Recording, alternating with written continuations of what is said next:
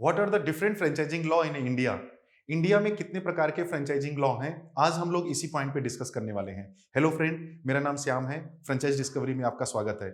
आज हम सब फ्रेंचाइजिंग, डिस्ट्रीब्यूशन जैसे एक बड़े मार्केट में अपना एक नया बिजनेस एक्सप्लोर करने की कोशिश करते हैं। उनके साथ में, ब्रांड के साथ में मिलकर हम काम करना चाहते हैं। आज का मेरा ये वीडियो इस तरीके की आपको डेडिकेटली नॉलेज क्रिएट करने वाला है कि फ्रेंचाइजिंग इंडस्ट्रीज के लॉ कैसे काम करते हैं इंडिया में। क्या इसके लिए कोई स्पेसिफिक लॉ बनाया गया है या फिर एग्जिस्टेंस लॉ में ही पर्टिकुलर पॉइंट्स को इंप्लीमेंट किया गया है? आपके दिमाग में ढेर सारे क्वेश्चंस होंगे और मैं वन बाय वन इस पूरे लॉ को क्लियर करने वाला हूं। और आगे चल के आप एक ब्रांड बना रहे हैं तो आपको इन सारे पॉइंट्स को क्रॉस चेक करना है, समझना है और अपनी कंपनी के अंदर इनबिल्ड करना है। अगर ऑलरेडी आपके पास में एक ब्रांड है तो आपको भी ये पॉइंट देखने हैं कि क्या मैंने ये सारे प्रोसेस ऑलरेडी फॉलो किए हैं या फिर नहीं किए हैं। लीगल एस्पेक्ट के हिसाब से जब कोई आप फ्रेंचाइजी आप देते हैं या फिर जो भी फ्रेंचाइजी ले रहे हैं, उनके पास में भी ये क्लियरिटी होनी चाहिए कि ब्रांड ऑलरेडी सारे लीगल एस्पेक्ट के हिसाब से करेक्ट है और मैं भी उसके साथ में उसकी फ्रेंचाइजी लाइसेंस लेने के लिए तैयार हूं। तो आइए पहले पॉइंट पे हम लोग डिस्कस करते हैं।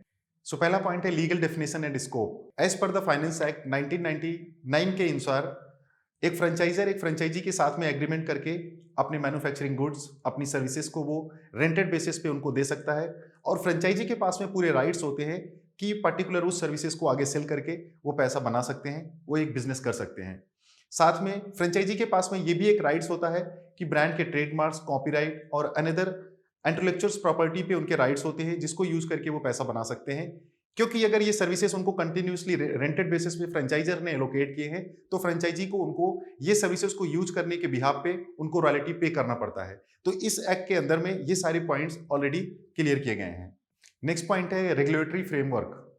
भारत में फ्रेंचाइजिंग को लेके कोई स्पेसिफिक लॉ डेवलप नहीं किया गया है कि जिसके एक्ट के अंदर में ये सारे रूल्स एंड रेगुलेशंस फॉलो किए जाते हैं। हाँ, बट काफी सारे पॉइंट्स हैं जैसे कि कॉपीराइट्स पॉइंट्स होता है, ट्रेडमार्क पॉइंट्स होता है, इंटेलेक्चुअल प्रॉपर्टीज पॉइंट्स होते हैं। इन सब सारे पॉइंट्स पे एक्ट के थ्रू वो क्या क्या चीजों के डिसीजन ले सकते हैं उसके बारे में मैं आपको एक्सप्लेन करने वाला हूं। Indian contract act 1872, the consumer protection 1986, the trademark act 1999, the copyright act 1957, the patent act 1970, the design act 2000, the Specific Relief Act 1963, the Foreign Exchange Management Act 1999, the Transfer of Property Act 1882, the Indian Stamp Act 1899, the Income Tax Act 1961, Arbitration and Conciliations Act 1996 and the Information Technology Act 2000। मैंने जितने भी acts ऊपर explain किए हैं, अगर आपके business के अंदर में कोई डिस्प्यूट्स होता है फ्रेंचाइजर्स के साथ में या फ्रेंचाइजर का डिस्प्यूट फ्रेंचाइजी के साथ में होता है तो इन्हीं एक्ट को लेके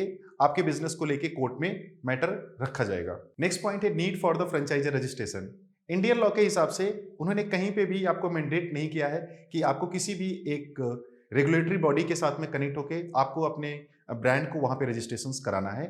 इंडियन लॉ के हिसाब से ट्रेडमार्क उनके लिए एक बड़ा पॉइंट है जहां पे ऑलरेडी आपका ब्रांड रजिस्टर्ड होना चाहिए। तो इसका मतलब है कि legally you are prefer to expand your business. Disclosure norms. Disclosure norms के अंदर में एक फ्रेंचाइजर्स अपनी फ्रेंचाइजी को कॉन्ट्रैक्ट साइन करने से पहले उनके कॉन्ट्रैक्ट को लेके उनको पूरी इन्फॉर्मेशन देती है और ये क्लियरफाई करती है कि जितनी भी बताई गई इन्फॉर्मेशन है ये सब सारी चीजें एग्रीमेंट्स में प्रॉपरली लिखी हुई हैं और इस पर्टिकुलर डिस्क्लोजर नॉर्म्स पे काफी कंट्रीज काम कर रही हैं। इंडिया में भी इस पर्टिकुलर डिस्क्लोजर नॉर्म्स को द कॉन्ट्रैक्ट एक्ट 1857 के तहत में इसको एप्लीकेबल किया जाता है। तो नॉर्म्स तो ऑलरेडी भी इंडिया में भी बने पड़े हैं कि ये किस तरीके से कहां पे प्रोसीजर्स होने वाला है। इस बात को आपको ध्यान से समझना है और कंफर्म करना है कि जो आपकी फ्रेंचाइजिंग है कॉन्ट्रैक्ट साइन करने से पहले से वो मेंटली लेवल पे पूरा मेच्योर होकर उन्होंने इस कॉन्ट्रैक्ट को साइन किया है और उन्हें हर एक पॉइंट्स को अच्छी तरीके से समझा भी है और पढ़ा भी है।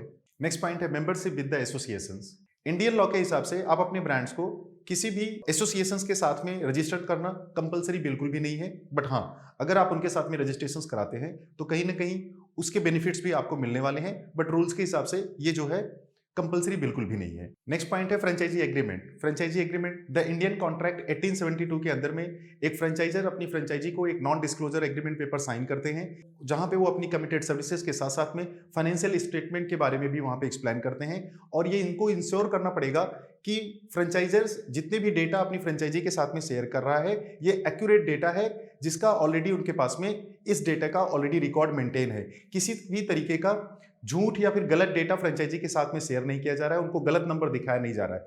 अगर आपने ऐसा करते हुए अगर आप पकड़े जाते हैं, फ्रेंचाइजी इस चीज को लेके अगर कंप्लेन करती है और आप ये प्रूफ कोर्ट में नहीं दे सकते हैं, तो आपको जेल के साथ साथ में जुर्माना भी यहाँ पे करना पड़ सकता है। जो भी एक फ्रेंचाइजी को वेल्थ लॉसेस हुए हैं, ये सारे लॉसेस आपको भरने पड़ सकते हैं। तो प्लीज मेक श्योर कि आपका जो फ्रेंचाइजी एग्रीमेंट पेपर है वो एकदम क्लियर है और जो डेटा आप शेयर कर रहे हैं वो एक्यूरेट डेटा शेयर कर रहे हैं। अदर आप एक लीगल और लीगलिटी में आप फंस सकते हैं। नेक्स्ट पॉइंट है ट्रांसलेशन रिक्वायरमेंट्स।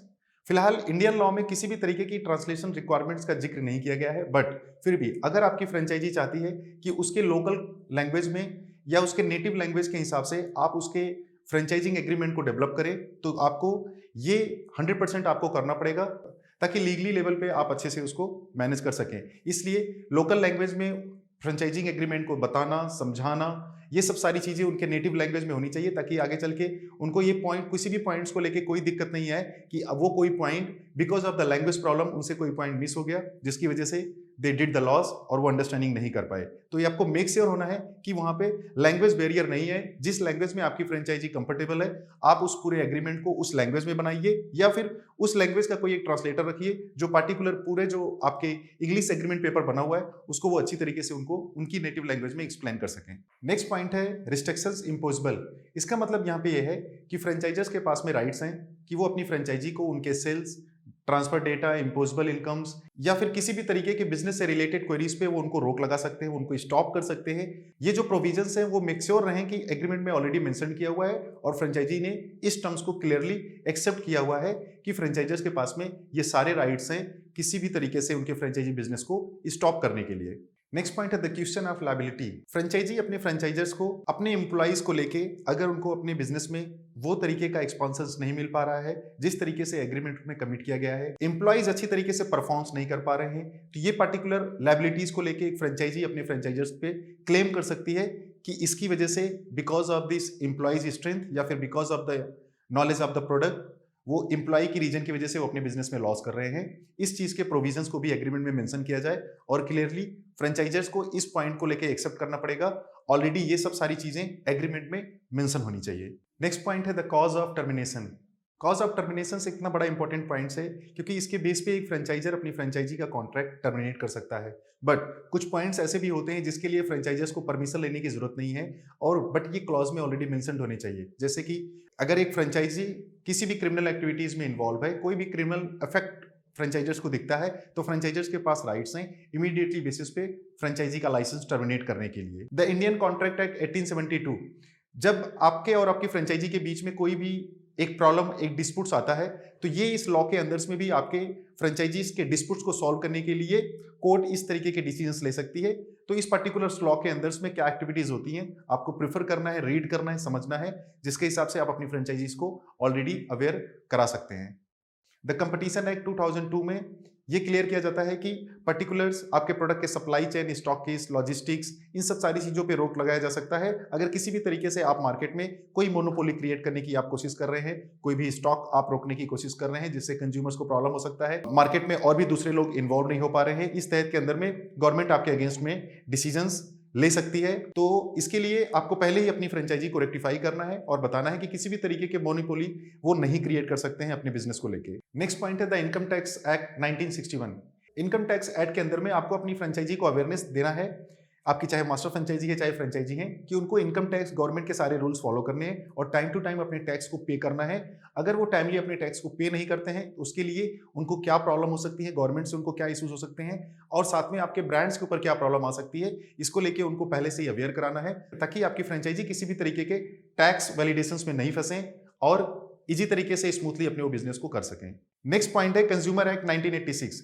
कंज्यूमर एक्ट के अंदर में अगर आप किसी भी तरीके से आपने रॉन्ग सर्विस डिलीवर किया, रॉन्ग प्रोडक्ट आपने डिलीवर किया और कंज्यूमर्स को किसी भी तरीके का प्रॉब्लम फेस होता है, चाहे फ्रेंचाइजर्स के साथ में चाहे फ्रेंचाइजी के साथ में, उसके पास में राइट्स हैं, वो फ्रेंचाइजी के साथ साथ में फ्रेंचाइजर्स को भी कोर्ट में ला सकता है, उनके अगेंस्ट में कंप्लेंट रजिस्टर कर सकता है और फ्रेंचाइजी को और फ्रेंचाइजर्स को दोनों को भी उस पर्टिकुलर केस को लेके रेक्टिफिकेशंस देना पड़ेगा और कोई भी अगर कंज्यूमर्स को लॉसेस हुए हैं तो भी उनको वो पे करना पड़ेगा। तो ये पर्टिकुलर एक्ट को लेके आपको समझना है, अपनी फ्रेंचाइजी को भी एक्सप्लेन करना है how they good behave with the customers and the consumers also.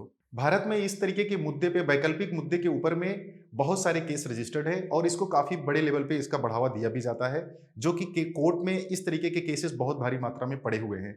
तो यहाँ पे इस तरीके के वैकल्पिक चीजों में आप बिल्कुल नहीं फंसे। आप अपने डेटा को ऑलरेडी ही काफी क्लियर करके रखें ताकि आपको इस पर्टिकुलर एक्ट में जाने की जरूरत नहीं पड़े। So please be safe and be secure. Next point है the foreign exchange management act 1999।